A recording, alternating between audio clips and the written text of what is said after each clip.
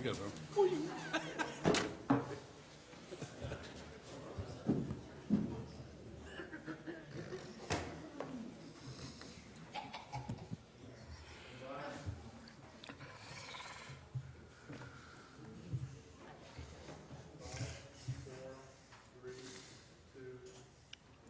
Good evening, ladies and gentlemen. We're going to start tonight's meeting with the invocation led by Commissioner Joel Keller, Pledge of Allegiance by Troop 217, and then we'll have roll call. Let's stand. Heavenly Father, we come before you this evening. We ask your blessing on our meeting and give us the wisdom to make the right and good decisions for our city. We ask a blessing on all of our citizens. We ask a blessing, Lord, on all of our staff, all of our first responders who protect us. We ask a blessing on all of our military, Lord, wherever they are in the world. Keep them safe and bring them home. We ask all of this in your name. Amen. Amen.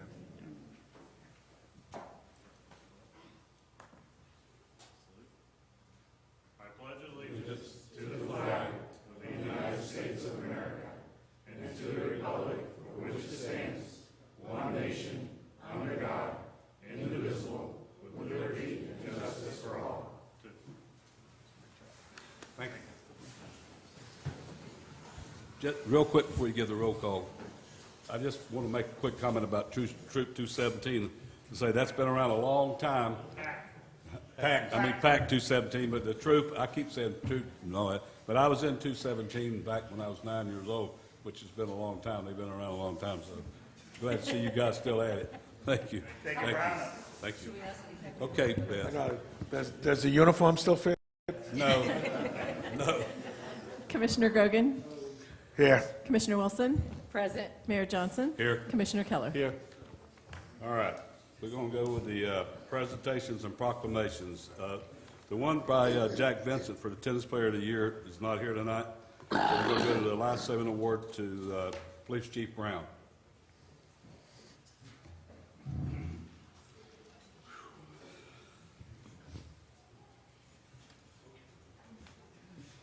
Thank you, Mayor, Commissioners. Thank you for the opportunity to talk about one of the outstanding efforts of one of our police officers tonight. One of our officers risked their lives in order for one of our citizens' lives to be saved that they didn't even know. And tonight we're going to present the life-saving award for that.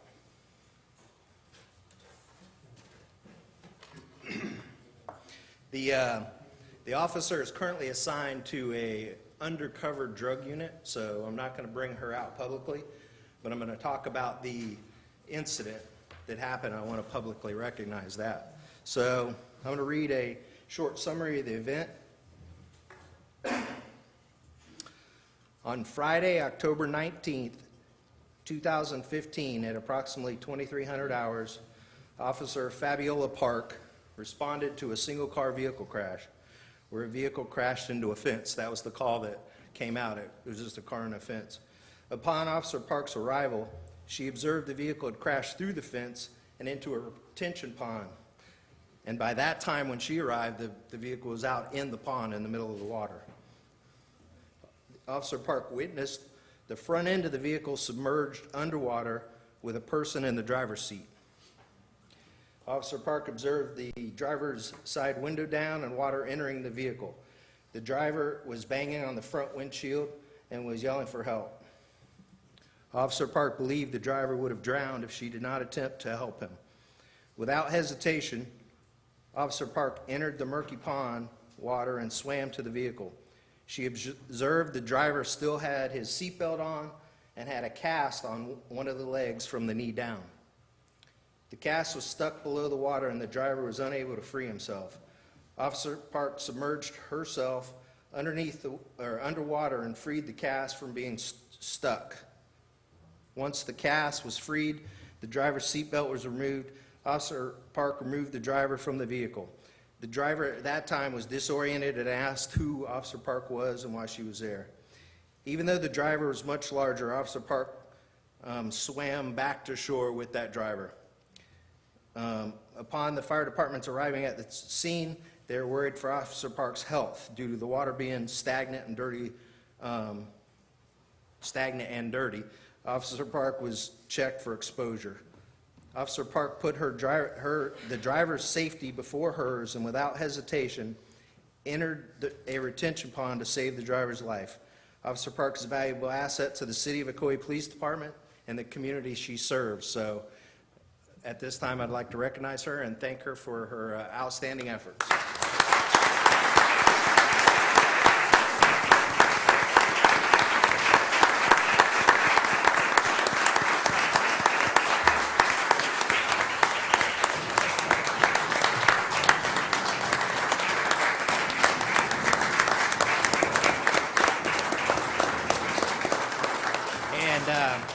For this, Officer Park will receive a department accommodation as well as a ribbon that she can wear on her any uniform for 30 days, which she won't be wearing a uniform, and anytime she's in a dress uniform, we'll wear that ribbon with pride. There's not many people that get a life-saving award, and hopefully not many people ever get a life-saving award, but I'm glad she was there to take action. So thanks again.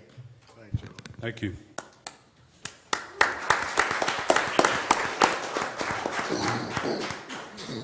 All right, now we got a presentation by Support Services Department, Al Butler, regarding the city's website, use of social media, and sunshine law communication restrictions.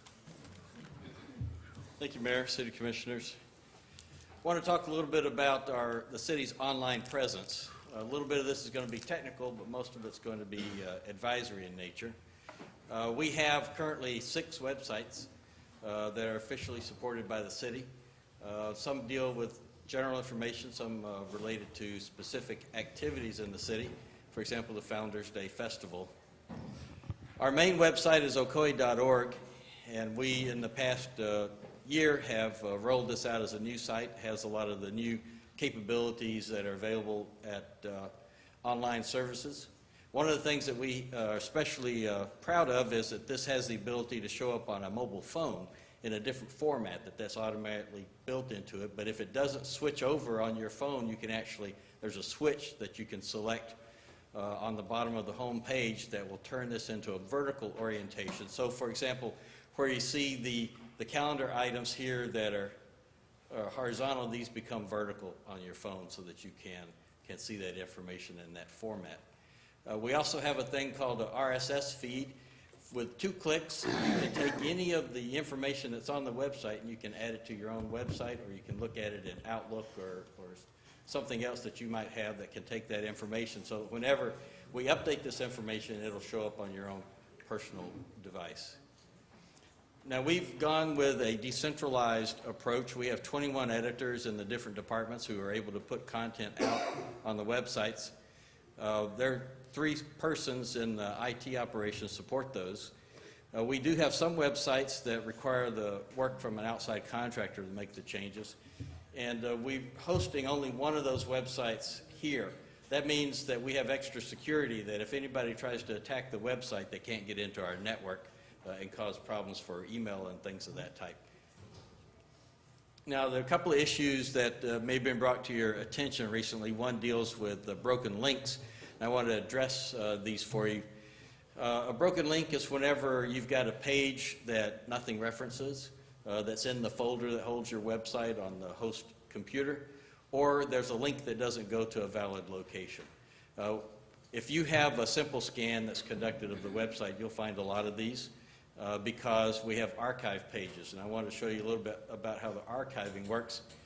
Most pages you'll see on our website that they have a number, so ocoee.org/167 is the page for support services. They do that so that we can rename that page. You know, the support services department could be called something else, and it would still work.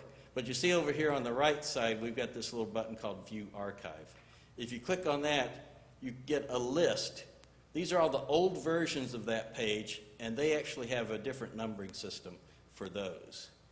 So that here I've selected one of these old archive pages, and this shows the old language. It's like if you look at the way it is now, you can see that the current language is shorter than the language that was on this old text.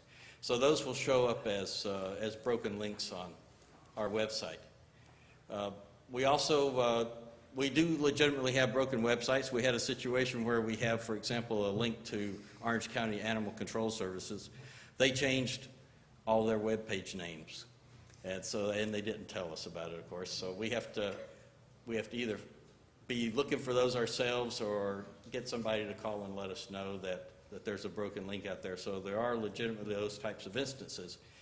But one of the good things about Civic Plus is that it provides us with the archival mechanism for being able to produce the historical record that's necessary to meet a number of legal requirements. Another thing that you may have heard about recently is called search engine optimization. And that's where you can do things to the website to make it show up towards the top of the list when you have a Google or a Yahoo search or something of that type. Now, most of these search engines have gotten very clever, and they recognize when you're trying to game the system, and they will actually ban those sites from the results. I entered City of Ocoee in Yahoo, and you can see that our official site comes up first, and it has a little extra organization there for it.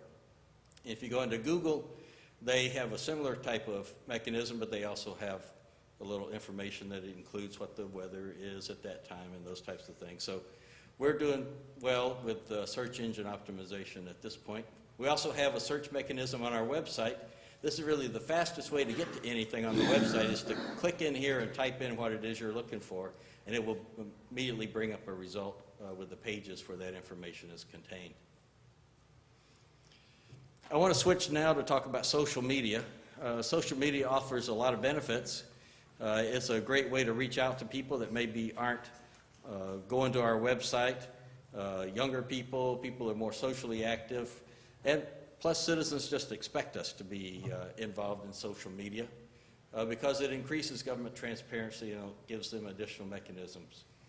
We found that there were a little over 20 social media sites that were being maintained by or for the city. We're consolidating those to 10. These are basically those sites here. We had 4 for general government functions. We're going to consolidate those to 1. By doing this, we're actually going to increase the amount of traffic that's on there. So it means that you don't have to figure out which one of those Facebook pages to friend in order to find out about something that's going on with the city. We'll post everything on that one site. We'll also have event-specific Facebook pages, for example, like for Founders Day and things of that type that we turn on around the time that that event occurs. But these will be archived continuously. Whenever anything's posted on them, it'll be put in the archive and we'll be able to meet public records request. Now, there are a lot of Facebook pages dealing with the City of Ocoee. In fact, one's called the City of Ocoee. These are made up by Facebook. If you try to, for example, check in at an event that we don't have where you can post stuff, Facebook will create a page that you can post things on. So all of our Facebook pages are one way, except for the police department, where they interact with the public for crime prevention and trying to find suspects and things of that type. We have mostly one-way things. So you can see up there, somebody checked in 2013 at Fire Department Station 26. We don't have a Facebook page for Fire Station 26, so Facebook created one so that they could check in.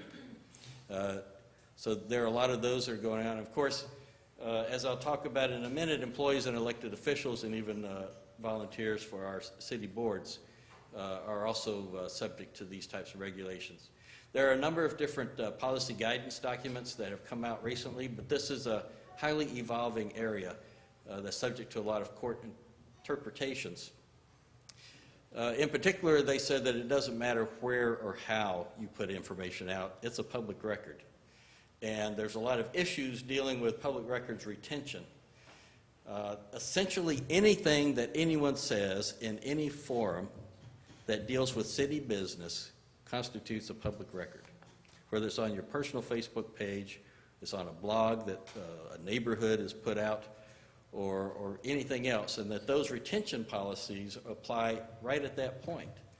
But the problem is that worrying about whether it's 5 years or 10 years or whatever it is that you have to retain that record, the technology does not exist for us to be able to actually produce those records from everybody's Facebook page and everybody's Instagram account and Flickr and all that.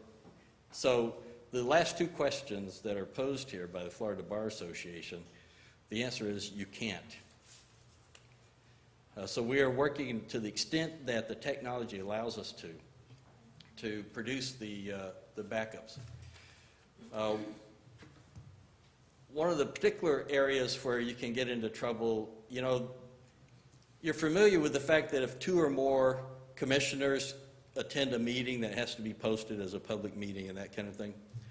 On social media, one person can violate the open meeting laws.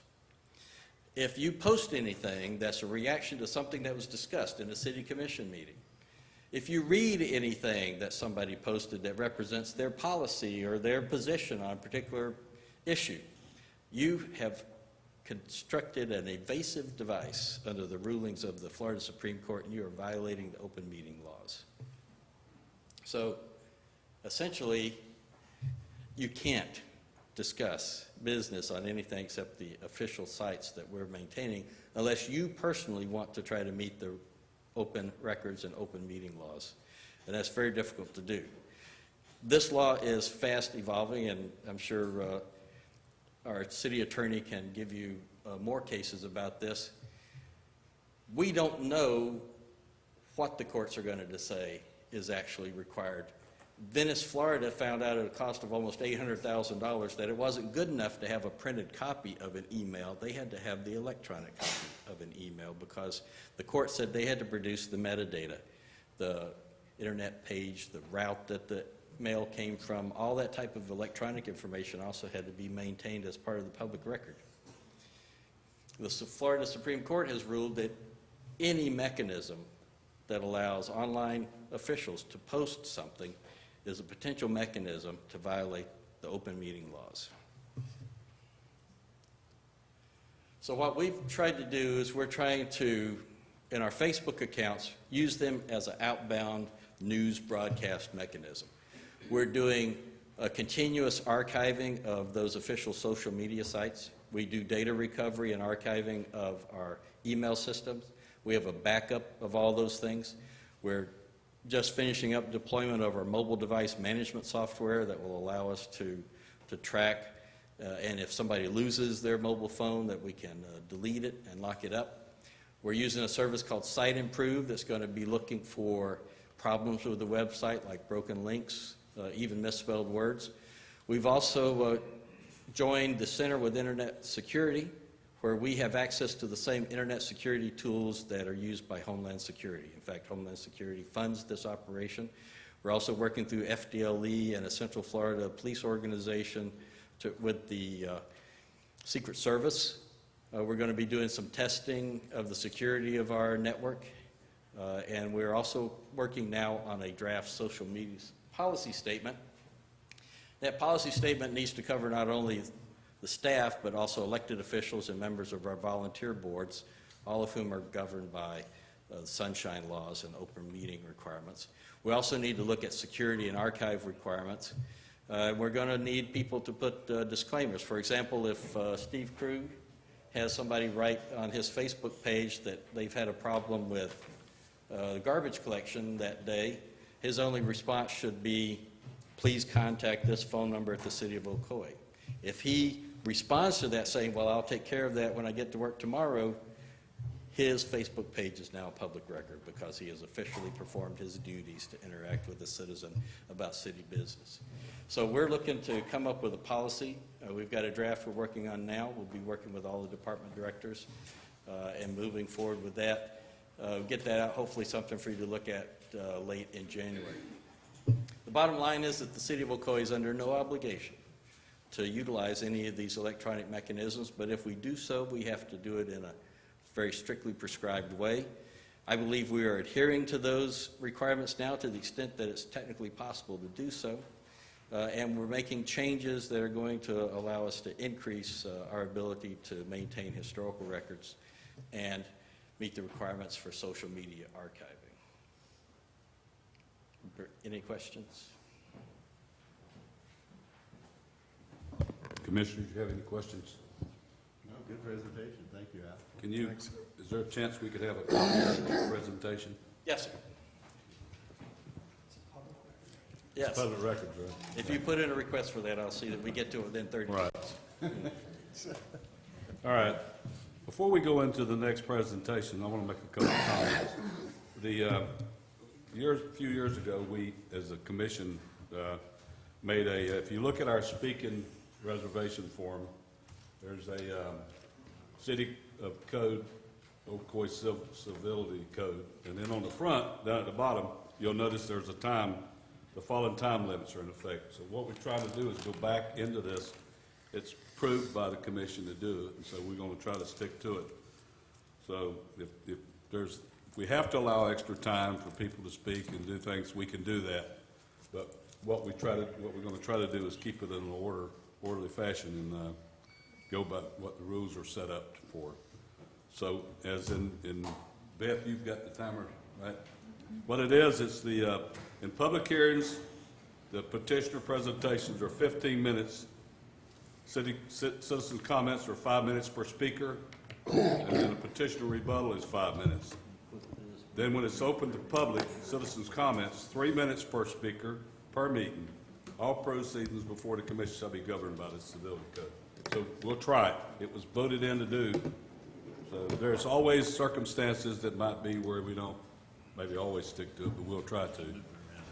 So, Bill, you get to do the first 15-minute. She'll take it off three times. 3 times. He gets 5 minutes.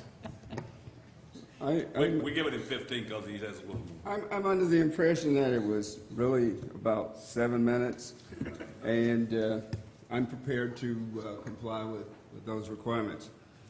Mayor Johnson, commissioners, ladies and gentlemen, it's an absolute pleasure to come before you this evening to make a presentation seeking permission from the commissioners to proceed with the planning of an event that has been in the making now for several years. The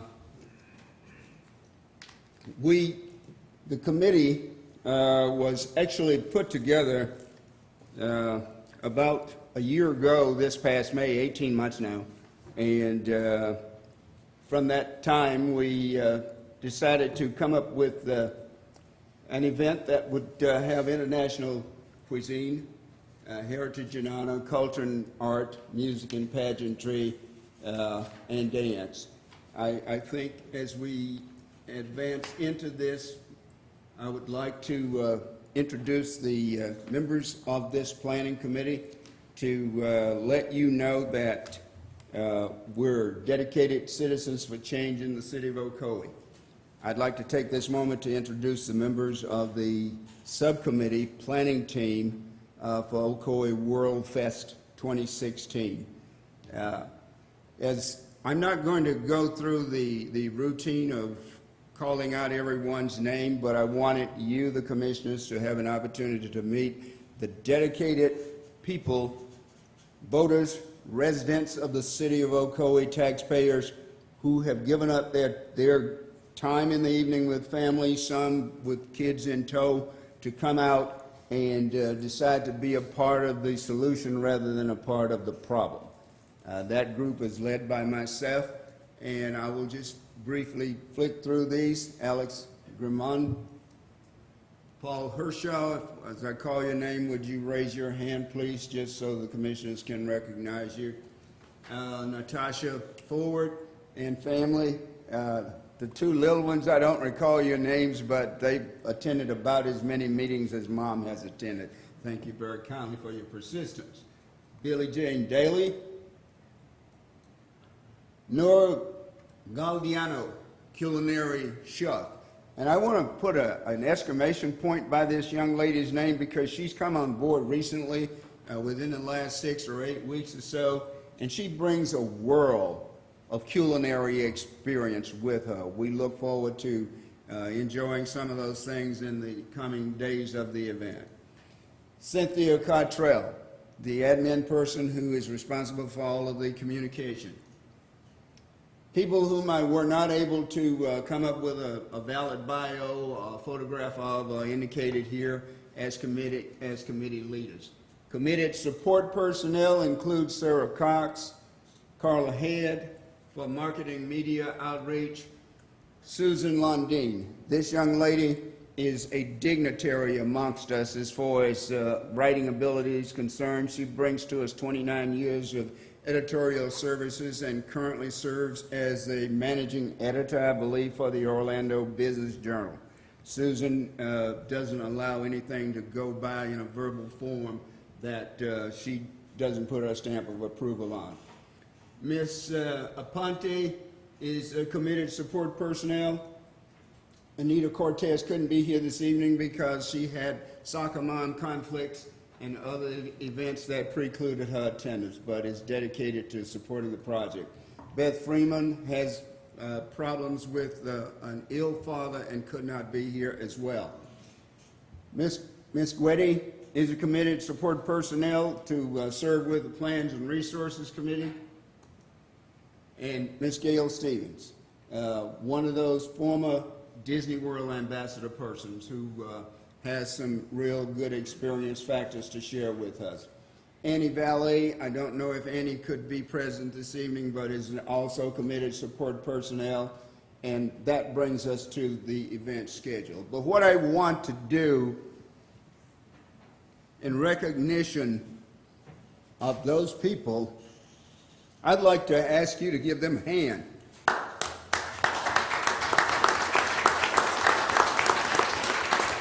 And I ask you to do that on the basis of about 90 days ago, we actually mailed out 11,700 flyers.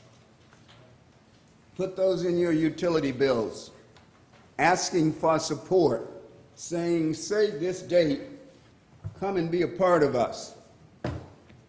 And this chosen few showed up. And they've been there. So this presentation is not really about me, but about the people that have been there to help make this possible. Thank you. Moving on, you asked me to tell you about a schedule. We're talking about Friday, May the 13th, sponsors and supporters reception. For that period of time, 4 p.m. through 9:30 p.m., there is a detailed outline of program, but that will be made available to you if and when we get an opportunity to move forward. For Friday, the same sequence of events will take place with the exception of the event parade that is scheduled. The local outdoor activities will proceed accordingly. The layout site, we are no strangers to the Bill Breeze complex, have been around it for 6 years. Basically, we're going to follow suit of everything that was laid out in the Founders Day format. Estimated city staff, you wanted to know how many people there were going to be required. Well, I've got 14 of us here this evening, all of whom are stakeholders. But the personnel that I've indicated here that would be required from the city really and truly does not exceed anything that we have not done in the past years. Technical park staff, people come down and do hookups as far as contractual support on the portal. That's the public works staff, the color guards to be provided by the Ocoee Police Department if we cannot arrive at an agreement with the high schools, junior ROTC program, the medical EMTs on standby, and of course police for road closure and traffic control. Anything above and beyond that, I believe that we are still in a recruitment mode, and the people that you see sitting here before you this evening are prepared to step up as stakeholders and take the necessary lead role in performing that function. Now, you wanted to know how much we were going to spend and how we were going to come up with the money. This is the bottom line of it. Projections, event sponsorships, we believe that we can raise $68,000. We've offered some exclusive sponsorships. There are some real anxious people out there that have verbally made some commitments, but you know, we're volunteers, and I don't need to repeat to you the fact that we all serve at your pleasure. And without the appropriate authorization to go out and engage in solicitations, our hands are pretty much tied until such time as you've blessed our efforts and given us the commission to go forward. But we believe in the format of providing an optimum sponsorship at $15,000 and a $10,000 one, and on down the line accordingly, netting a total of $68,000. The operational budget is pretty much standard. These are all projections that we've built in place. And by the way, Commissioners and Mayor, a copy of this presentation is available in your Dropbox tomorrow morning, and I'll be available to answer any questions that you might have regarding how and the why. The Decoration Committee, Entertainment Committee, we expect is going to be one of the most expensive aspects of it. And the sponsor party. We want to say thank you in a first-class and sophisticated manner to those people who step up and write checks to make this event a possibility. Beverages, merchandise, marketing, media, how we came with these numbers. Operations, decorations, entertainment, sponsor party, merchandise, totaling possibly $118,000.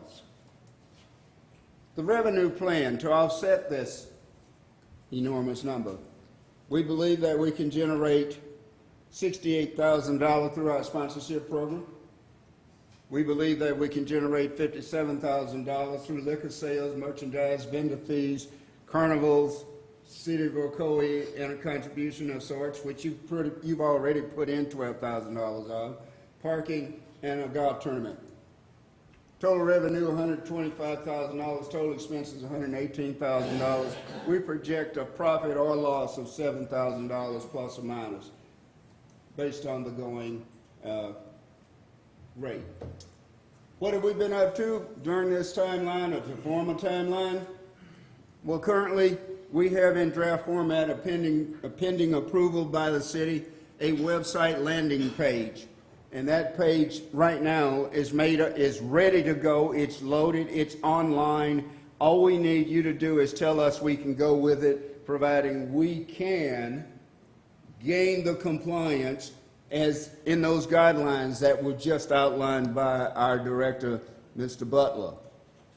That number you see there, the number of days that the clock is ticking away on that we need to get going on. But that page is now alive. January 1st, we believe, is the timeline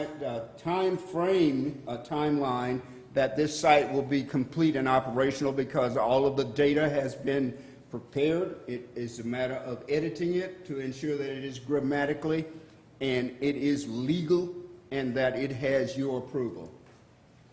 Now, timeline sponsorship efforts.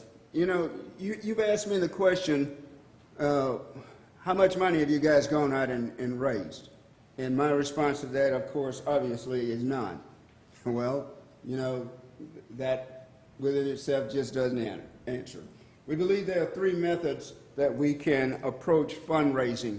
That is telephonically, that is meeting and talking with those people in person, and that is sending out a sponsorship letter.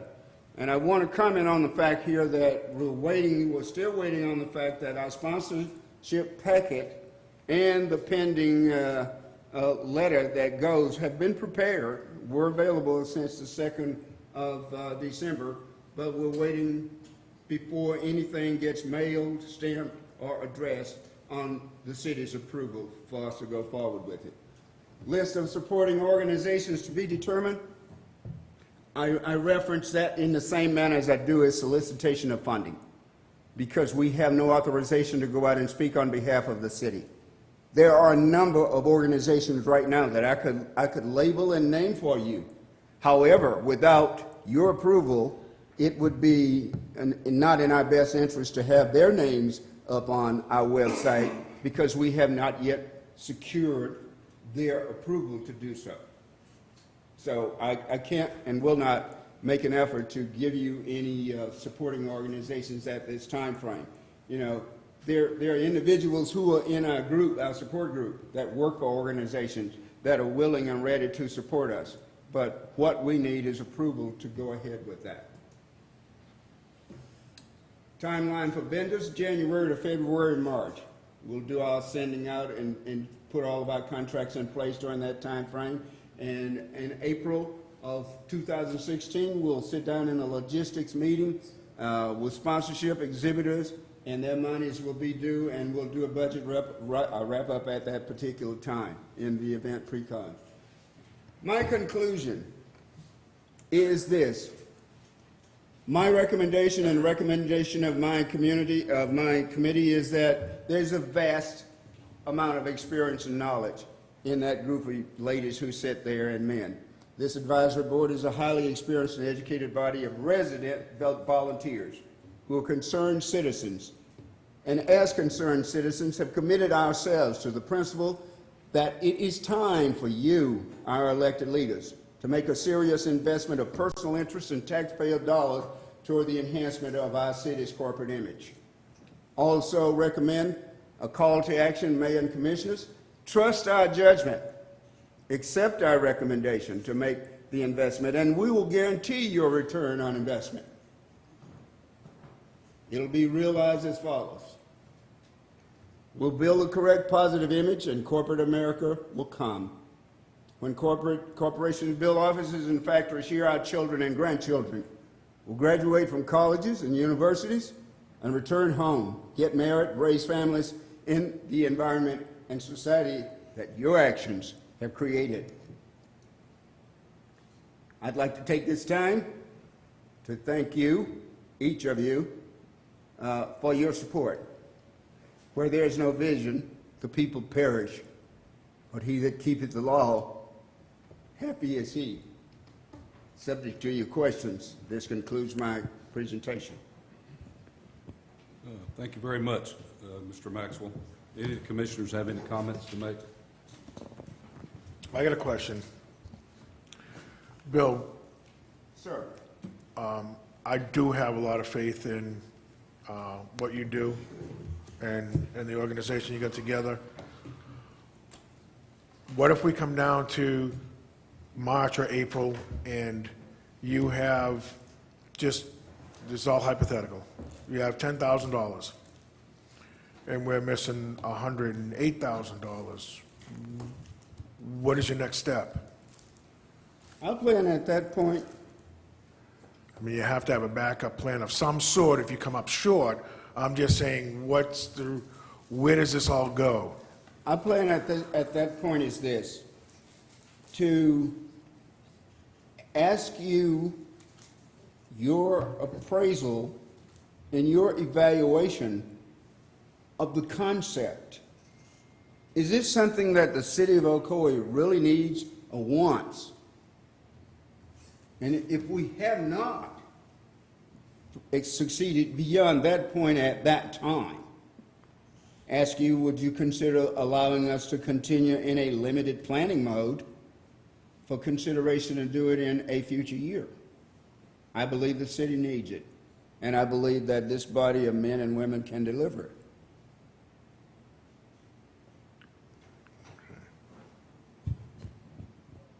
What do we already have in the budget? I'm sorry? What do we already have? Maybe, Rob, can you tell us? What's already in the budget? Did we fund some? I think in their account right now, they have $10,000. Was that I something? believe we have about $10,000. Okay. Based on the figures that we received from our last HRDB meeting, we were somewhere in the $10,000 category. Yeah, about $10,000 of $13,000 that's left. We allocated about $6,500 for the marketing, development of the website, those types of things. And so that's in addition to that $10,000, and then they've got some money, of course, for other activities like the Martin Luther King Parade and the Black History Essay and those types of things. So roughly $10,000 is what the HRDB has allocated as remaining of the money that was put in a year ago, fiscal year, for this special project. Bill, I have, sorry. I just wanted to clarify that. Was there any money in this budget year, that was apportioned towards this project? There's no additional funds. We traditionally provide about $7,000 or $8,000 each year to the commission for their ongoing activities. This event is replacing Fiesta de Colores, which was a late September event. We can't really ramp up a late September event because it's at the end of the fiscal year, and there's difficulties with a lot of different things from a financial perspective. So this was moved to a May time period, and so there was an 18-month gap between the Fiesta de Colores in September of 2014 and when this would occur in May of 2016. So far, you have also given them, you might say, free use of Bill Breeze Park and the Lakeshore Center for the 2 days of that event. And so there's some foregoing They've been put of aside. revenue there. They've already put aside the dates? Yes. I'm looking forward to this. I'm sure that it will be a success. I know that you've been planning it for quite a while, and you've talked to us about it before. So I am looking forward to this event. And again, I think May might be a better month than September, because when you've had September events, hasn't that been the best of weather? So, We've had our challenges in September. yes. So it looks like you got a great support of individuals to come forward. It's wonderful to see everyone here. We love to have people come visit us. So I wish you the best. I know you'll do well. Thank you. Mr. Keller? Yeah, I was gonna say, I think it'd work. I mean, being with the HRDB board for the last couple of years, I've been watching Bill work on this. They have done a tremendous job. Bill has really put together a crack team here. I don't think people realize just what the talent is that he brings to the table here today. I really do think this will work, especially if you can get the sponsorships, the money for the actual booze and everything else, and all that normally pans out for what you have when someone comes in there. So I see us being very close, if not spot on, where you're actually going to get more in than we may possibly spend, which will help the HRD board going forward. So I think you got a good plan here. I'm looking forward to seeing it this year. Thank you, sir. What I would ask, Bill, is what are you expecting? You asked about the permission or authority to go out and do the sponsorship. Well, what I really would like to expand on there, sir, is the fact that we're all volunteers. And it is, any member of the committee can tell you they've been forbidden to make any contact with anyone other than the intercommittee type people as we went through the planning, because we cannot engage in activity that would engage the city on any type of contractual basis. Having been a contract specialist myself, you just don't talk with contractors unless you've got something in concrete to say, because they use that as grounds to establish change orders, and change orders equal money. We're not talking about contracts. We're talking about sponsorship packet or sponsorship, going out and asking a sponsor such as Manheim or Cisco. I don't know whether there's a requirement. We'd have to ask the legal advice, but I think that's what we talked about a long time ago, and that's Yes, what I sir. mentioned to you, where you guys are going to have to go out and tap sponsors. So do we have to say that up here, or what? Mayor, if I may, we have a letter prepared, and we have a sponsorship package developed, and there should have been a copy of that provided for you. If not, there's a copy of it in your Dropbox. I didn't want to leave a lot of paper on the desk for you tonight to be distracted from what you wanted to hear from me. But there are those of us who are committed to go and knock on doors. Let me just give you an example of some of the organizations that are represented right here in this room this evening. Mr. Grimman is I don't know how many year employee of Cisco. Nora Galdiano, am I saying your name right? Galdiano is an employee of Disney, of Cisco, that has worked for Grand Cypress, Hyatt Region, and every fantastic venue there is here in the city. There are any number of individuals sitting here in this room that I'm sure will have absolutely no problem turning to their parent organization seeking sponsorship. Bill, Sir, that's not what I asked. I asked, what do you need from us as a city for permission to do what you're asking about going out for the sponsors? we need your blessing and approval of our sponsorship letter and sponsorship package. That's exactly what I asked. All right, what we have to do is I'll make a motion. Let me provide you with a little information to make sure you understand the nature. So they can use our name in Right, so I'm in going to publicizing this. rely on the city And we- attorney to correct. and me we know on about anything it. that I'm wrong with Yeah. this. Okay, that, their HRDB and this subcommittee is not really a legal entity. The city of Ocoee is the legal entity. Same class. So if there are commitments, revenues received would be payable to the city of Ocoee, and the commitments for performance would be from the city of Ocoee. So that if we commit sponsorship, get certain benefits, we either have to provide those benefits or a mechanism to, refund the money. And there'll come a time when we will have to sign contracts because of lead times for certain things. And that we'll need to make a decision as to whether or not to sign that contract with the city underwriting financially that investment, should the sponsorship and funds not come forward. And a lot of this revenue depends on activities and funds that are actually received as revenue during the event. And if those revenues are not generated during the event, how do we make up that shortfall? That was my first question I had. the sirens are not for Mr. Maxwell or Al. Santa Claus is visiting here in a few minutes, so what we need to do is finish this up real quick. So you want us to make the motion that I'd rather have the legal authority say what we need to say, and then go from there, and then we can approve it or not approve it. Mayor, if the commission wants to move forward with giving the authorization, I think maybe an attorney day or something, we can sit down and we can come up with some type of framework that will work. There's a couple of different issues that Mr. Butler's brought up, but I think, I don't know that we're going to solve those within 5 or 10 minutes here, but I think we can, as staff, with the attorney, we can probably bring some closure to those issues and move forward. Yeah, I agree. I think if the city commission wants to move forward with this event, approval or authorization to move forward, direct city staff to meet with Mr. Maxwell and his group to kind of finalize the logistics of how that takes place would be appropriate.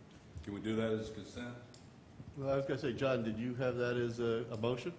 Well, we can tie that into the motion about meeting with their group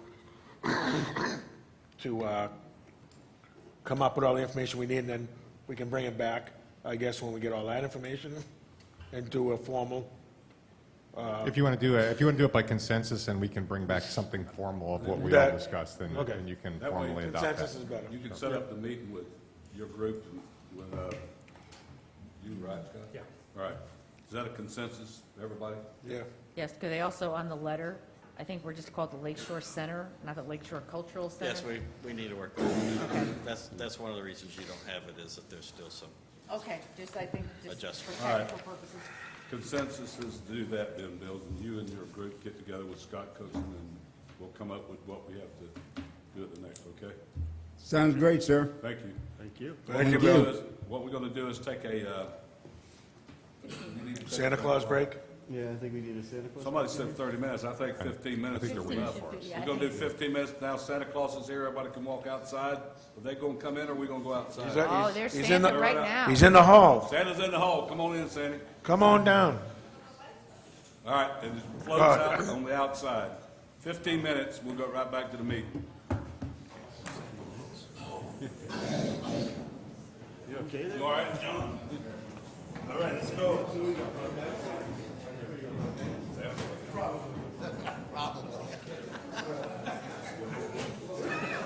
Here, Mr. Benek.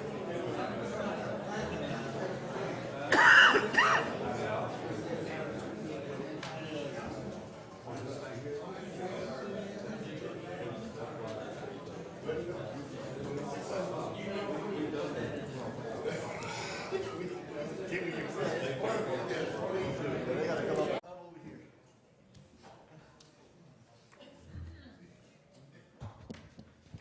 right.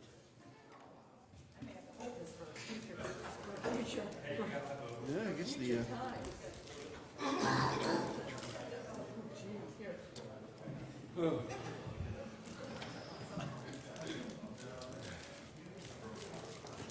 you, John, but you know what? Not that much. No woman. I got one view. I say that with endearing terms. But you know what? All right. Thank you, I appreciate it. I hate the holidays. Tell me about it. Is the TV? Get me that stuff on. Every Thanksgiving, don't like those. Oh, should we get the? Okay, we're starting back the meeting, December the 15th, City of Ocoee Commission meeting. We're going to go comments from citizen public that's not on the agenda. And we have Gary Hood. Come on down. Who is this? I'm sorry, ex-Commissioner Gary Hood, District 1. I like former better. Uh-oh, and he's bringing out. Ring, you got the cohort with you. Feel like Bringing I'm muscle. he needs some help. He's the muscle. You gonna give We, your 5 minutes over? Yeah, I'm gonna let Oh, that's fun. It's like legislature, you know, you get. Gary Hood, 2028, Hedgerow Circle, Ocoee, Florida. I thought about what? Hey, it's good seeing a lot of people here that I ain't seen in a while. Y'all all look good. Good seeing y'all. Hey, I got literature to pass to you guys. I'm not going to be as formal as Bill. Bill's pretty formal. Introduce your helper, Gary. That's Paul Schwartz. He's with the Ocoee Bulldogs. He's on their board of directors, and he's in charge of equipment. Here, Paul. I just want to see you walk more. Okay. And also, he's vice president of Ocoee Little League. Yeah, one each of them again.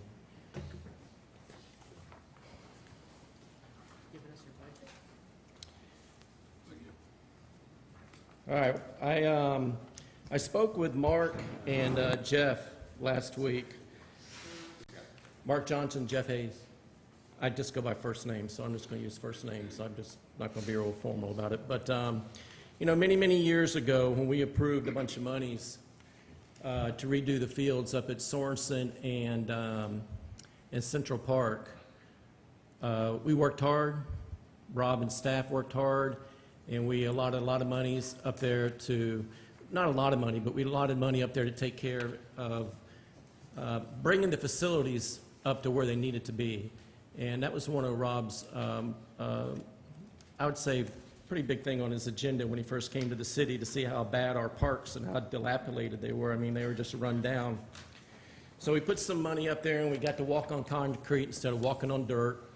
We got to sit in bleachers that you didn't have to pull a 3-inch piece of wood out of your backside after you sat down on it. The fences weren't falling apart. You know, we always heard the saying, well, you know, they've been there for 40 years. Exactly, they've been there for 40 years. So we put some money in there when we did our budget and got this place looking good.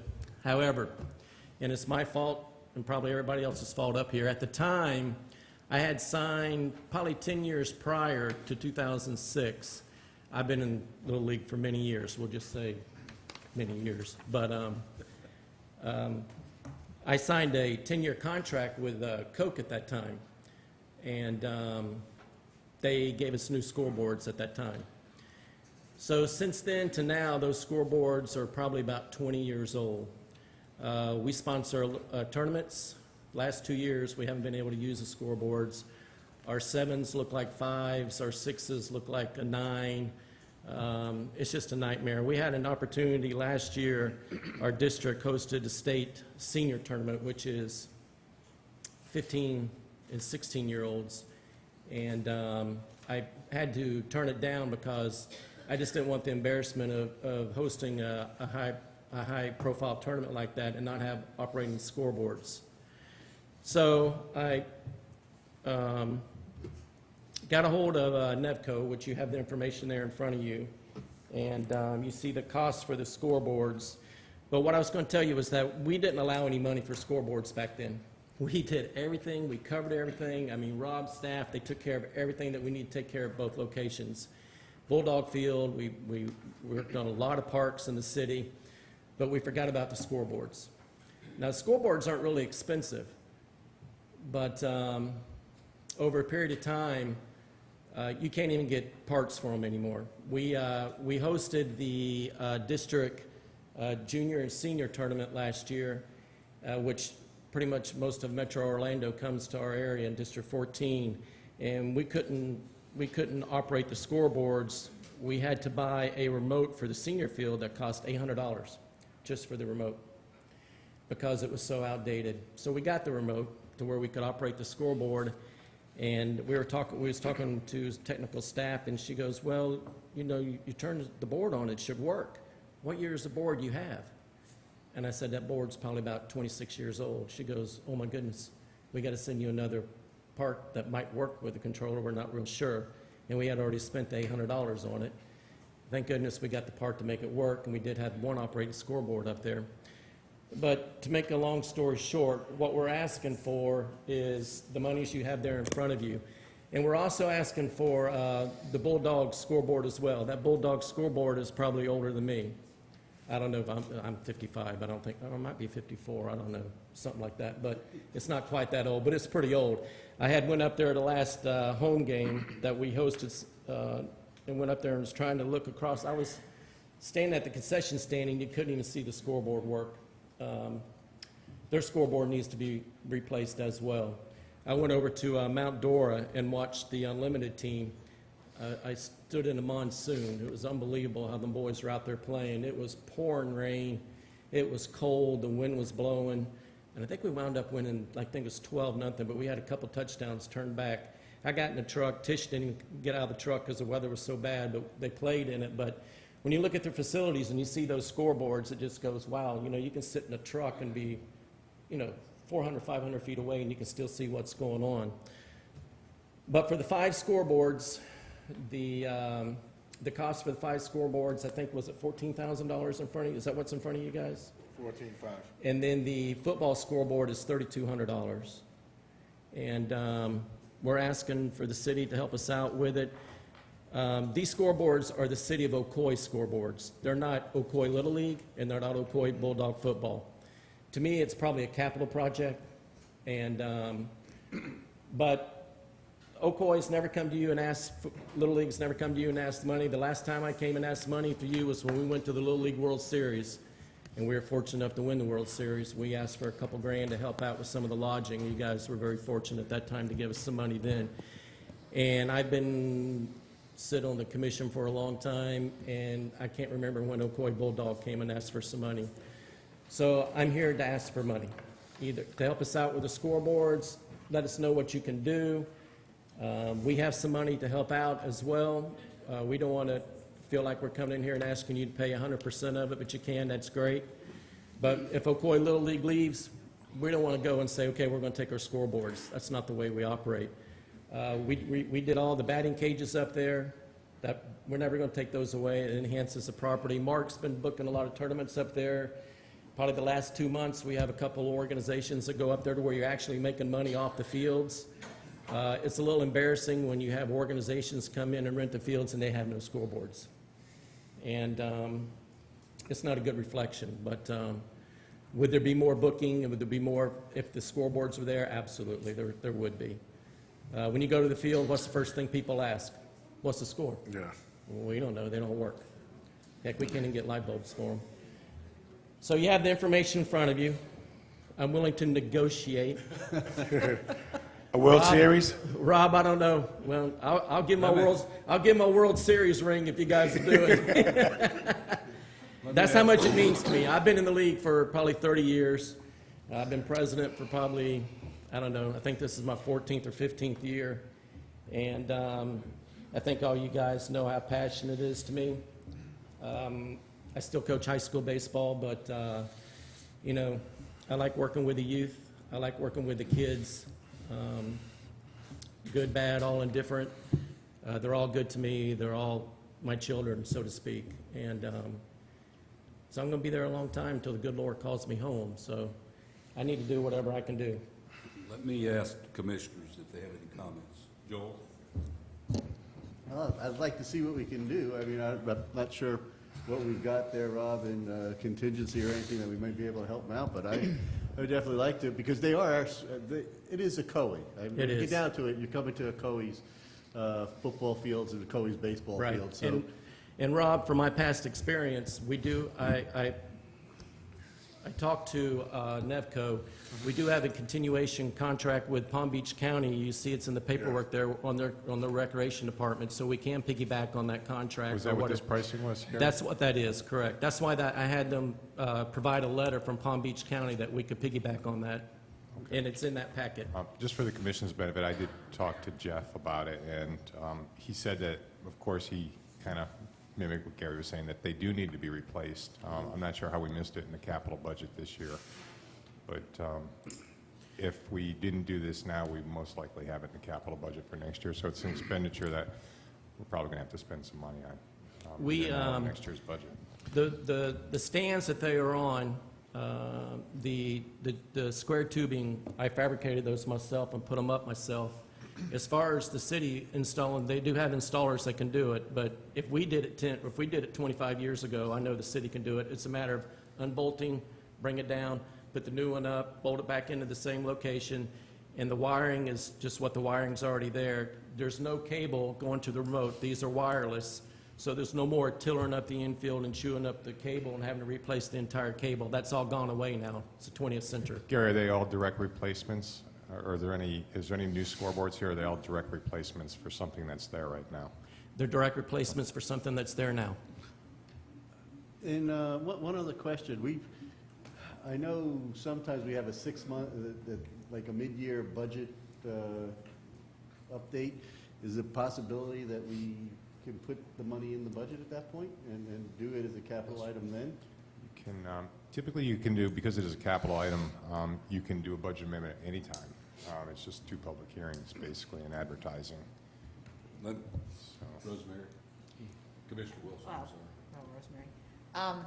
As you know, our budget is always very tight, Gary. I know that. And have you, since you said you talked to Jeff? I did. Mark, is there any money they have that they can free up within their budget that would fit into this category? There may be, but you know the game. If they can find the money Okay. somewhere else, then they don't have to use the money that they have in their budget. But that's why I'm just hoping we all can come together and find it somewhere to make it work. I know we don't want to go another season, and I know football doesn't want to go another season where the 8s look like 0s and the timer doesn't work and the guys on the field have to run the time during football games. We just got to get past that. I mean, we are beyond that. I don't like the pressure up here to have to find the money at this No, moment. I understand. So, no, and I know that's not what you're intending. No. I would like to defer it back to Rob and see what they can come up with, if there's any money, as I say, within now or the 6 months at the budget when we review it. I know you don't want to wait that long. No, the But, boards can be ready in 2 weeks, not to interrupt you, but the boards can be ready in 2 weeks. Our season starts the last week in February. I'll be back in here in February inviting y'all to the opening day ceremonies. I hope you get better this time. Thank you. Yeah, so do I. I'm ready. I see the mask Yes, you had you on bet. earlier. But that's what I Well, those are Ocoee fields. They are. And like you said, we spent a lot of time, money, efforts to get those fields up and running, and all I hear is praise from our fields. Yeah, We got some of the best fields We in do. Central Florida. We do. And obviously, they are ours, so I think the responsibility for the scoreboards, they're ours, and so we should be paying for them. So personally, I'm all for paying the $18,000 for the boards themselves and getting all the boards, and then having our crews put them in. I don't think there's any reason why we shouldn't do that. So I think we should let Rob. Well, right, well, Rob he's the money guy, he'll find all the money for us, so, as usual. One of the things I think, maybe if we're talking about 6 months later, Rob can find it and we put it back. I'm like, during the process of the budget process, there's such things go on that we never got around to that. And some of the things we don't always see. But I know, Gary, that your passion's Little League and mine was Little League, and it's not just Little League, it's youth activities and youth. So it's a big part of it, and I think we have it for other things up there besides just that. So pretty much goes all year long. How many kids are in that Little League program now? A little over 300, and then football.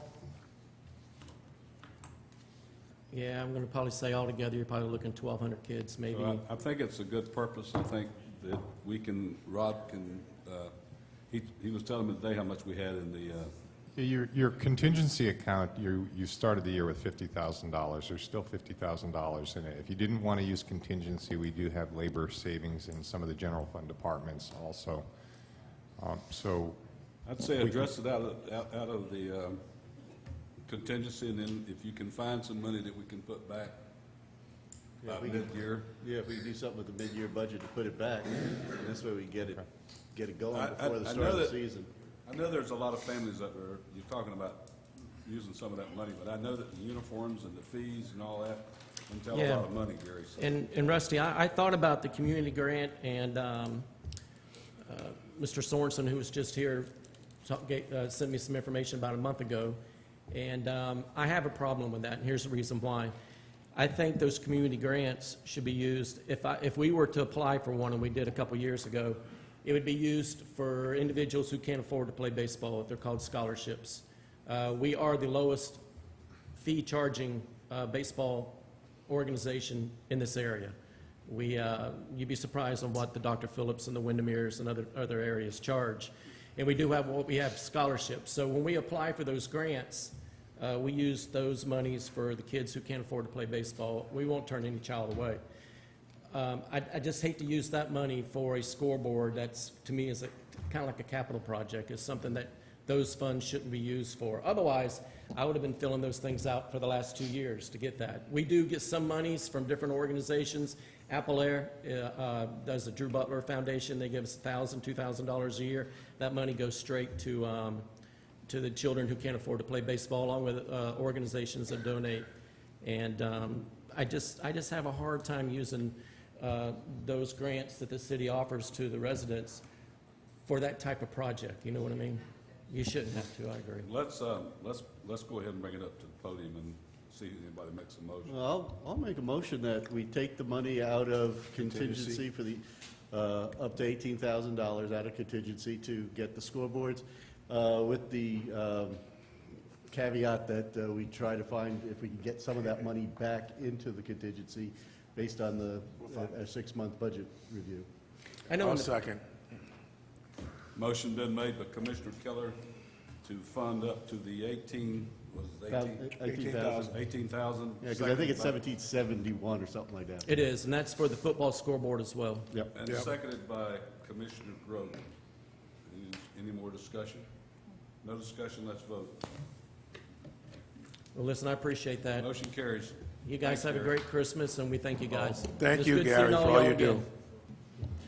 Thank y'all. Hey, you need to figure out a way to put a sign underneath that scoreboard for the Pop Warner that says National Champions. We can do that. They'll kick that in.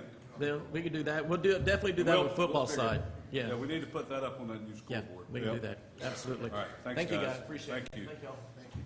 Oh, well, now we're to the, any more comments from the public that has nothing to do with the agenda? So I have some comments, but they're to do with what's going to happen on the agenda, so. All right, staff reports and soon. agenda review. Just one item, Mayor. You have a copy in front of you of an emergency agenda item, contract extension with Genuine Parts Company doing business as Napa, and assigned to Glenn Joyner and Sons, Inc. And I have Steve Krug here to explain it. Basically, our contract with Napa that runs the parts room over at Public Works for Fleet has issued a new contract, and that was one of the clauses in the old contract that if they renewed it, we'd have to abide by the new regulations. Steve, I think the prices are basically the same in it Yes. at this point. The prices are the same, and the original contract the commission approved 2.5 years ago was set to expire in February of next year, and Public Works is putting together the documents to bring back to the commission to extend under the new contract. Extend or piggyback if we find a better Yes, deal. but the piggyback has been rebid, and the language superseded and voided our current contract, so we're asking the commission to extend the existing contract for supplying parts till we can bring back a new contract. We don't anticipate any increase in cost or any material changes to the contract at this point. Make a motion to approve? Second? Motion made by Commissioner Wilson. Yep. Seconded by Commissioner Keller. All in favor? Thank you. Motion carried unanimously. And Is that it, Rob? that's all I have, Mayor. Commissioner announcements. Commissioner Grogan, I have nothing, thank you. Commissioner Wilson. Just going to say a couple of things, especially since our meeting will probably go on quite a bit longer, and before everyone goes to sleep at home. Just want to thank the Lions Club for the parade, and it was wonderful seeing all the awards given out and everyone that came. That was great. Also, I'd just like to announce that, we have organizations in town, residents volunteer. I think it's great that this Friday and Saturday, both the Rotary and the Lions Club are going to be ringing the bell for Salvation Army, which many of you may know that Salvation Army at times has to pay their folks to ring the bell in front of stores. But our clubs, both the Rotary and the Lions Club, are going to be in front of the Publix on Silver Star. So if you go by, just say hello to us. I know I'll be there. But just stop, again, not saying it's waiting in the kettle, but just say hello, because again, these are volunteers that are giving their time on the weekend to ring the bell for Salvation Army. And one more item. I need to bring this up to the commission, that on March the 12th, the Spring Fling, we'll be having our annual Spring Fling. And in the past, we have used just Bilbrey's Park, but the complete Lakeshore Center has been not rented for the day. This year, we are going to present, Saving Young Hearts is going to have a heart screening, and we would like to use the Lakeshore Center for that heart screening. So I'm asking the commission to approve the use of the Lakeshore Center. Since it is not rented anyways, it is always left empty for our use and for the facilities use, that we'd like to use March the 12th, the Lakeshore Center, for our Saving Young Heart event that will coincide with the Spring Fling. Are you Make a making that motion? I I think John already you did. making that motion, okay? Commissioner, can I clarify, is that all day, or is that till a certain time? Well, the event goes During from the 10 event to time. 3, so they would need Friday night to set up. Right. And then it'll be all day Saturday, and when the event closes at 3, and then the takedown. So we need it for the complete So day. like Friday And night until 5 or so? I'm not on sure if Saturday? it's been rented for Friday night. That's something Jeff will have to find out for us. But usually they will set up on Friday night and have it ready for the 10 o'clock when we start, or depending on when they start screenings, they may start earlier. But it will be an all-day event. Motion made by John Grogan, seconded by Commissioner Keller. No more discussion, vote. Motion carried unanimously. Thank you. All right, consent agenda. I'm sorry, did I give it to you for your? I don't have any comments at this I'll time. wait till the end. Yep. All right. Consent Motion to agenda. approve consent? Second? Motion made by Commissioner Keller, seconded by Commissioner Wilson to approve the consent agenda. Let's vote. Motion carried. All right, let's go to public hearing. Capital improvement element, amendment addition to the fiscal years 2015-16 through 2019-2020 capital improvement program. City Planner Ruben. Let's have a brief presentation, and then the attorney can read the ordinance into the record. This is just the capital improvement, 5-year capital improvement program was adopted with the city budget, and by statute, we have one reading of the ordinance and adoption, and that places the capital improvement plan into our capital improvement element of the comprehensive plan. This is simply facilitating that. All right, this is an ordinance of the City of Ocoee, Florida, amending the Ocoee Comprehensive Plan as adopted in 1991 as amended in order to comply with Section 163.1.3177 Florida statutes, amending the capital improvements element of the comprehensive plan, providing for severability, providing an effective date. All right. Excuse me, we'll open it up to the public hearing. Anybody in the public want to make comments on item 8, capital improvement element? If not, we'll close it and bring it back to the podium. Motion to approve? Second. Motion to approve by Commissioner Wilson, seconded by Commissioner Keller. No more discussion, let's vote. Motion carries unanimously. Go down to item regular agenda number 9, discussion and appointment of District 3 Commissioner. I'm going to let before I make some comments, I'm going to let City Attorney Cookson explain the process and what we need to do. All right, thank you, Mayor. At the last City Commission meeting, we discussed appointing a new individual to serve as the District 3 Commissioner, would serve from this time or swearing in at the next City Commission meeting up until the general election in March, at which time there would be an election for District 3 Commissioner.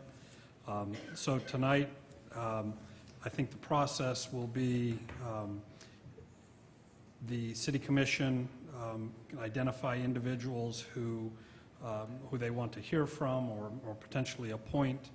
If they're here, they can come make a brief presentation, tell us about yourself, your qualifications if you want, and then we'll open it up to the public if the mayor feels the need, and then open it up to motions and a vote. Since there's only 4 commissioners up here, it would require at least 3 commissioners to approve appointment.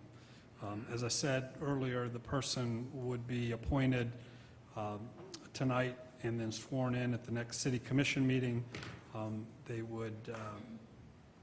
That person would be subject to all of the laws and public records law and sunshine laws from the time of appointment tonight through their term. So even if a person is appointed tonight, still can't meet individually with any one commissioner. All right. After 16 years sitting in District 3, it's kind of strange to say picking somebody. But I think it's something, I was thinking about it and been looking at it and talked to a lot of different people and made comments about it. But I think one of the things I feel like, and after the last week or two trying to look at this thing in a broader view, I think it's a part that I personally feel like that it's whoever's running, we've already got people running, we don't know who the other ones are, but I do know we've got a couple people running, and I know they're probably sent a letter out to all of us, a couple of them did, and if they want to speak, we'll let them speak, but I think my personal opinion is that and as I've been told by citizens, that maybe it's a better situation to put somebody that's not going to run. It makes it open for everybody to start off on the same starting gate. So what we need to do is, I know there's some names up here that sent letters to us. Do we want to open it up to those to make comments that they're wanting to put their name in for it? Or do you want to go with you just make your nominations? I know over the years that I've been here in the 29 years, we pretty much always, the commission goes to the one and it goes to the commission of that area, but we can open it up and make nominations. Like I said, I think it's something that's going to be where we let it be whoever's going to be there is not going to be the one running for the job. So I would say that if I make a motion to do the thing, I'd have to hand the gavel over to now is it back to him? Back to him, I'm not, that's, Look, do you want, any of you want to make comments before? I'd like to make some comments. And I already got the names, so before you meet the names, Have you got the names that I have? I don't know who you got. And I like to hear that. I like to hear that you What's don't that? have the names that I have. That means. Well, I don't know what you got. That's why I'm happy to I hear just know that it's pretty much in my district and what I've been dealing with, where I do live also, but. No, I'd like to make some comments. Like I said, I've asked and looked at this thing. I'll say the name. It's Angel de la Portilla. I can't say it like he says it, but there's good people running for this slot. There might be some more. I don't know yet. I know there's been 4 packets pulled. I think so. I think there's 2 that's been completed. So before, we'll let everybody talk about it, but that's the one name, and we'll let each of you make your discussions, and then we'll go over and see if they want to speak after we get through, and then we'll go to the vote. All right, Commissioner Wilson. I've been approached, I will tell you, by the two candidates that are running, that are interested in this vacancy. Also, I have spoken to 2 other residents in District 3 who have an interest in this position. Should I say this adventure? Sounds like it's more of an adventure. And again, I will agree with you, Mayor, that I would prefer at this point to go with someone who is not running for the position. That would be a personal choice of mine. I will tell you the names besides Angel de la Portilla. Hope I did better on that one. Did I do better? Okay. And I also have a name of Greg Batten, who I don't know if he's here right now, but I can just tell you a little bit if we'd like to tell you a little bit about what I learned about both of them, I could do that. Would you? Okay. Regarding Greg Batten, he's a graduate of Florida State, and he has his own business. He did own, a series of Western wear stores that he sold, and now he's in the employment benefit business. He has his degree in political science from Florida State, and he does live in District 3. Born in Orlando, and interesting to find someone that actually was born at Mercy Hospital. It's been a long time since I called it Mercy Hospital. Then the information regarding Angel de la Portilla is that he's a resident of 10 years. He serves on the Planning and Zoning Commission. He has his own business, a local government consulting business, and he and his family also live in District 3, which, of course, we expect you to live in District 3 if you're running for that spot. I'm just kind of giving a general consensus, a general outline of what I learned about them. But those are the 2 names. And that's why I said P&Z, yeah. And again, those are 2 names that I would be pleased to work, 2 individuals that I'd be pleased to work next to. All right, Commissioner Grogan? No, I have nothing. I did have a meeting today with Angel. I do know of him from being on the board, the P&Z board, which obviously he has a good interest in the city. He's been doing it for a long time. He knows how we operate. P&Z, I think, is a pretty important board, too, about knowing what we do up here, especially for our focus now on the development of the city. So, All right, Commissioner Keller? Yeah, I was going to say, I probably have heard from 3 of the people.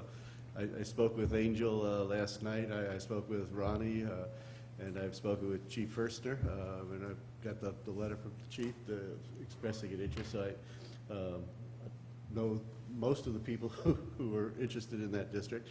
I tend to agree with you, Mayor, that I like it if we go with somebody that isn't going to run.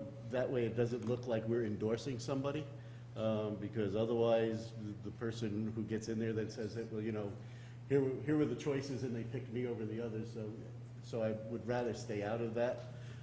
So I like the idea.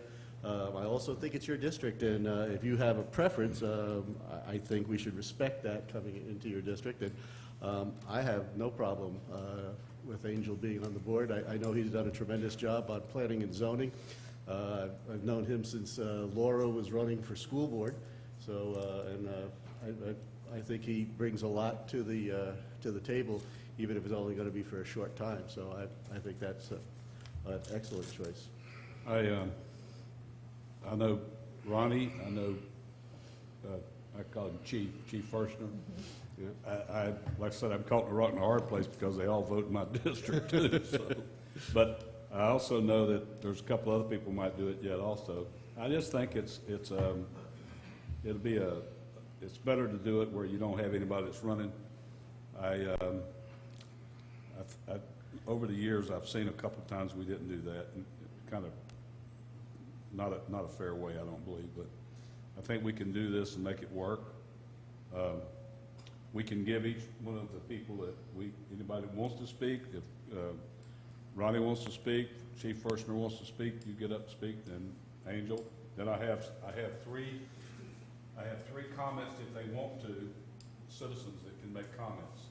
So let's do this. Do you, either one of you 2 that's registered or signed up want to talk? You can. I'll give you We can give you 3 minutes to make a little speech. All right? You want to go first, Chief?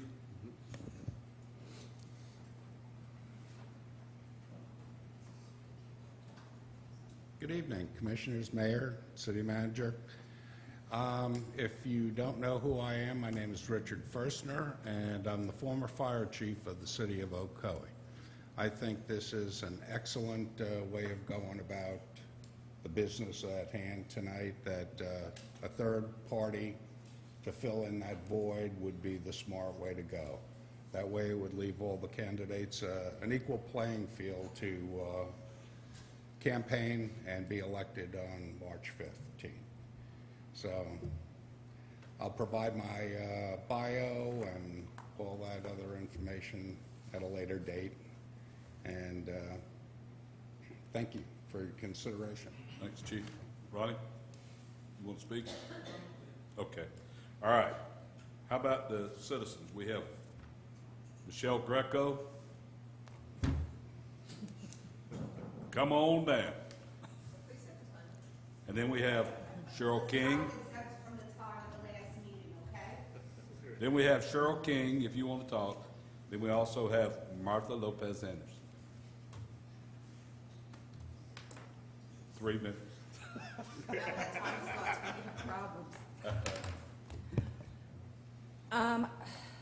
I prepared a speech. Actually, I was going to speak after, but I will speak now. And I will make it short.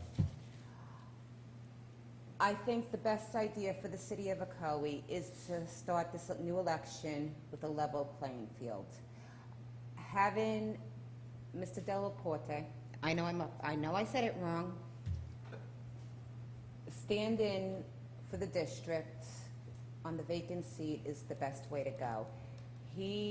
I've experienced in the planning and zoning when I was arguing against the charter school and A.D. Mims and Clark. He listened to everybody.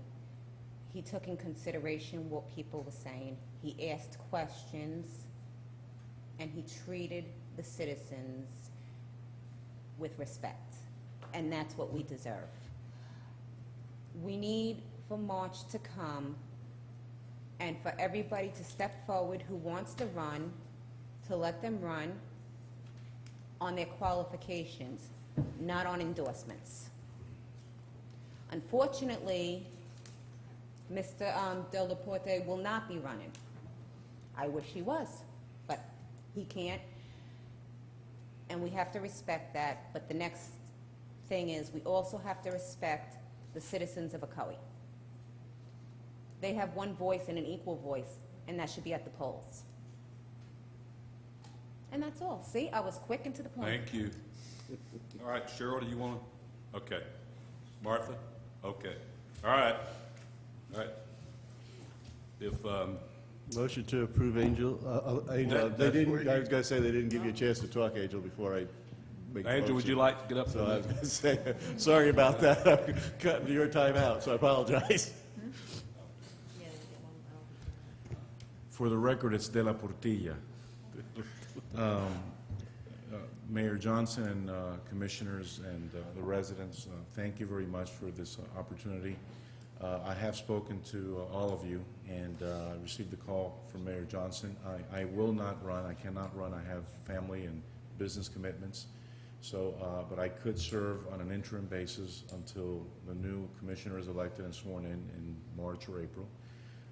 I have served on the Planning and Zoning Board since, I believe, since 2010. I was appointed by Commissioner Johnson. And I've lived, as Commissioner Wilson stated, I've lived in the city for 10 years. I live in Windsor Landing in the southern part of the city.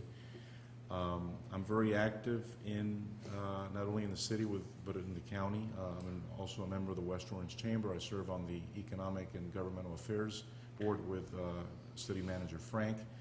So I think that we have to look at Ocoee as, and our neighboring cities as one region in West Orange County. We have to work collaboratively with the city of Winter Garden, with the town of Windermere, with the city of Apopka, to bring new projects and good growth to this area. This is an exciting time, and so I look forward to serving, even though it's only for a short time. I look forward to serving. So thank you for this opportunity. Thank you. Just a couple questions for you, Sure. if you don't mind. You would be prepared, you'd have to resign from the P and Z board in order to serve on the city commission. And Yes, sir. Let me make a comment about that. When that happens, we can put you back, we'll appoint you back to it. That's what we did last time we did this once before. We're not going to take it away from you. We can appoint you back to it. We'll just leave that slot open until it's time. Yes, I would resign. Right. And in your consulting business, you represent any developers currently developing in the city? No. Or In fact, when I received the call, I actually spoke to all my clients, and none of my clients have any real estate holdings in the city of Ocoee, nor they have any projects. So there's no conflict. And as I've stated, I've been on P&Z before, so I'm very cognizant of the laws and the rules. So I don't have any conflicts now. Thank you. Okay. And I'll make the motion, and We have one more person Oh. that I did speak to, but I do not believe that he is able to be here tonight, Greg Batten, so I want to just, Well, did he call you? I contacted him. Well, like I said, I've been a commissioner for 16 years, and I know I've talked, Ronnie called me, Chief Firstner, I've talked to him. So this gentleman hadn't called me, and like I said, I'm the commissioner there, and I would have thought he might have called and asked me about it. I did have a person ask me that, in Cross Creek, till I told him what the pay was, and he said he didn't think he wanted to do it, so, which is fine. So. Well, they're going to get paid? Yeah. So, all right, is it okay now if we go ahead and, Yeah, I'm happy with these other individuals, so and- again.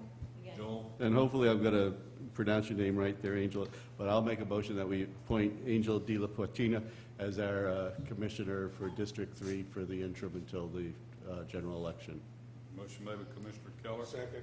Seconded by Commissioner I Grogan. want to say something. All right, let's vote. Well, I want to say something. I just want to say that I did approach Mr. Batten. I got his information, and it appears that most likely that this is going to follow through. But I do appreciate him having an interest in being, if this does pass, him having an interest in serving for this period of time, if he had been chosen, if he is chosen or not. Well, I would also, I mean, it's just, I still think it might be one or two more runs, so I don't think that's over yet, so. We appreciate anybody that He wants still to has take time the to qualify. Well, anyone They does. still have time to qualify. Anyone does. Friday at noon, I believe. Friday noon. All right, let's vote. All right, motion carried. All right, we'll do the swearing in on the January, first meeting in January. All right? Please remember, you're bound by sunshine. Staff, any staff actions, Rob? No, sir, nothing Yes, else. he is. No, right now, he's bound by sunshine. Comments right from on. commissioners? Mr. Keller? None at this time, just congratulations, Angel. Commissioner Grogan? Congratulations, Angel, and I do apologize for all the coughing I've had up here. I need to see the doctor again. All right. Thank you. Commissioner Wilson? Since we will not be meeting till after the new year, happy holidays, happy New Year, see you after January 1st. You throw away this, too. Is that it? That's it. All right, Rob, a citizen called about a crossing guard at Lady, and is the chief, police chief still here? I believe he's still here. Or, Lady and worse. he's here. They called about the crossing guard at Lady and Worst. Okay. Because the kids are crossing that street, and that is a busy intersection. Any way we can find out and see if we can take care of that? We will definitely review this situation, yes, sir. Crossing guard at Lady and Worst. Worst Road, yep. Okay. All right. We'll look at it. All right, thanks, George. Okay. Chief, is Steve Krug here? Steve here? He was earlier. And Jeff? And I can tell you, Jeff. Mayor, Huh? you can tell Steve that if we're gonna put a crossing guard there, we need to put crossing walks in. Yeah, crossing walk. Yeah. discuss that. What I want to ask you about is, back a long time ago, we discussed this Vignetti Park, about cleaning it up, going in there and addressing some of the trees that's down or the limbs that are down, and maybe trimming up some of the trees where it's, we have a lot of kids in there, children, so where it can be safe and seen, where people can see and the lights are, if we don't have the lights working right, make sure they are working right, where we can address. Yeah, that's a project that we are planning on beginning after the first of the year. We did go in there and do some trimming or pruning up around the tennis courts, but there are other areas that we're going to do some lifting and hazard pruning. Yeah, because there's a lot of trees in there, so we just need to make sure we raise it up where there's the view and the light gets out. Right. Okay, and I didn't know if that was you or Steve, so. Then I guess he was just, Commissioner Grogan wanted to say something about the crossing guard deal. That was for Steve Krug. If they put a crossing guard there, you know, Lady and Worst, there's no crosswalks there, and we know how busy that road is, so We'd have to put in a typical crosswalk and all the signage. you can get with the chief on that one. All right, the one other thing, and I came out of my neighborhood a couple weeks ago, I think it's been 2 weeks ago, and seen they were putting up the chain link fence down right upside our sidewalks, and all the way around the school, up at the middle school. So I called school board member Christine Moore. So we kind of put a stop to that for a little while, and it's gone on and on. So we met with them about it and tried to talk to them about the fence, and I think we went back to this morning and met with them again. So I think we've got it worked out. They're going to put a decorative fence on the front and move it back away from the sidewalks and fix it where it won't be right up on the sidewalks, plus it'll be a decorative fence. And the city, and we're going to have to, Rob, I guess will talk to all of us about it, but maybe we have to take over maintaining that front, which is okay with me because they don't do a very good job of it anyway. They don't ever clean the flowers. Yeah, when we were talking, they're still going to have to maintain the right-of-way. They're going to have to mow out there. I think when we push forward the Blueford streetscape project, which we're going to be working on in January, is one of the first projects for the downtown redevelopment. We may want to, we'll have a little more room, and they said they would agree to giving us the right to use some of that property that's in front of the fence if we wanted to do a much wider sidewalk or decorative and benches and those types of things. So I think it's a win-win.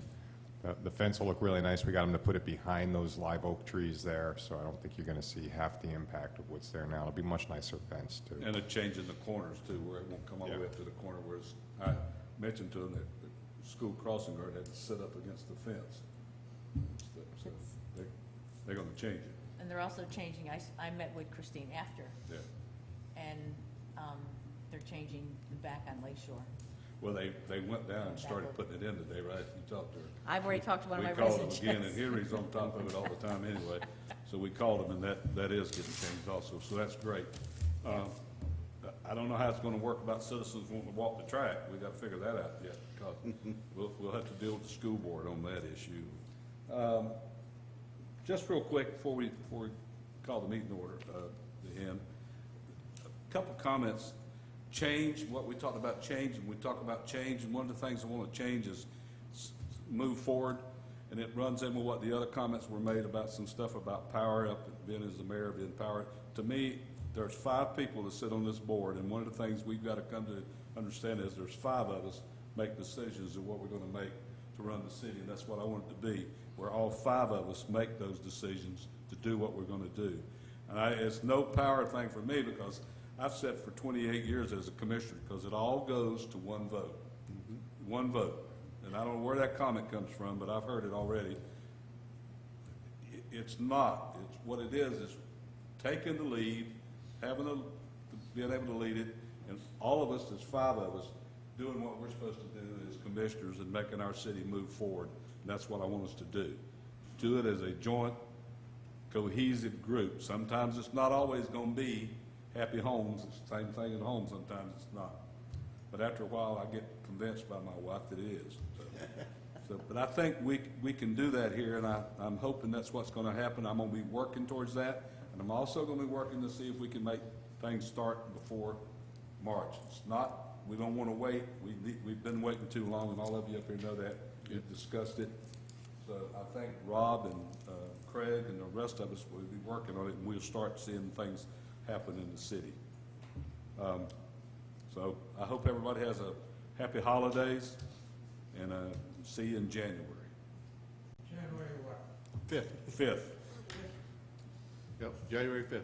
January the 5th. Oh, I will make one more comment, that I got a email from somebody about the Christmas lights, about not judging the Christmas lights. So I don't know how that come about. Huh? I will speak to that. Well, can you go ahead and speak to it? Sure. The Park and Recreation Board made the decision not to judge lights this year. It had gotten to where it was a routine. We were not getting new residents to call in and give us their address. As we would drive the city, we'd see a lot of houses decorated, but not, people would not submit an application for us to judge their house. So what happened years ago, it used to be a 2-night event where we'd go out. I serve not on the board, but I'm the commission's Liaison, representative. And it got to the point where it was down to probably a half an evening. We'd go out for about an hour and a half because residents were not submitting their names. And it was sad because we would drive by and see these lovely homes. I mean, I shouldn't say lovely decorations. And it was lovely homes that we could have actually felt we could have judged, but we did not. So they have decided to try and make a change. They, this year, kind of came on them very quickly because I think between Founder's Day and Light Up Ocoee, and again, it just kind of all got together. They're looking at other options to maybe spend that money that they have spent in the past, because I think they believe they gave $75 to the first place, and there was some gift certificates of our gift that we gave and put a sign out. So the Recreation Board is trying to change that and come up with a different idea of how they can, should I say, either entice the city residents to submit their names, or to kind of break off into a different venture around the holidays. So that was one of the reasons that they wanted to make a change. Again, at times when you do something continuously year after year, it's kind of nice to have a change, do something different. So that was the direction they took, and I respect them as a board. They made a decision, and I believe as City Commission we should support that. If we want to do something different ourselves, that's fine, but I would like to support them on taking, if they want to, should I say, veer off into a different venture. All right, well, what I would like to do is ask us as the commission to talk to the Recreation Department. I know they have a lot of things on their table, Jeff, but maybe next year, see if we can look at addressing that issue. Maybe even we can volunteer to do the judging. I know that riding on the Christmas float is a pretty consuming time too. If you ride that thing for 3 hours and a night on that hard board, but there's a lot of people that appreciate it, and a lot of kids out there that really like it too. Like I said, I think we can look at the staff coming up with something that we can address the lights with. I think what the gentleman said to me was there was no notification, you know. Well, it's in the calendar, but again, the calendar, as you know, we just got the new calendar out today, or we just got it today. So you're going to go ahead and have things that are going to change throughout the year. The calendar did come out, we've got the new one. Yeah. Yeah, and again, that things are put in the calendar, but if you could find a way to get residents, if we as a commission could find a way to get residents, I know I announced it last year routinely, and we put it in the water bill, please send us your application, and you would get, should I say, some of the same homes that. I guess usually it's the same homes, it's, yeah. And we would like to see, if they would, I think we enjoyed it. It was fun going out and spending hours looking at the homes, but when you started having 5 or 6 homes are the only ones that submitted, and it's sad to think that now that after they decided not to do it, that people want to submit their names. We could talk to the Park and Recreation Board to see if they want to do it and start earlier. I don't know. I don't know what the answer is, but they would love to have done 2 nights and go out and seen 50 houses. I think we'll see if we can work with the staff and see what we can come up with next year. The calendar, what do you call it, the thing they take pictures with? The drone? The drone. The calendar's been done by drones, so, but we don't have the cat in here this year. The cat, must not have been staying still for the drone to catch it. All right, let's have a good evening.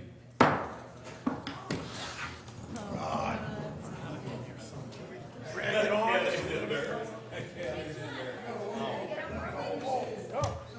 got a new job.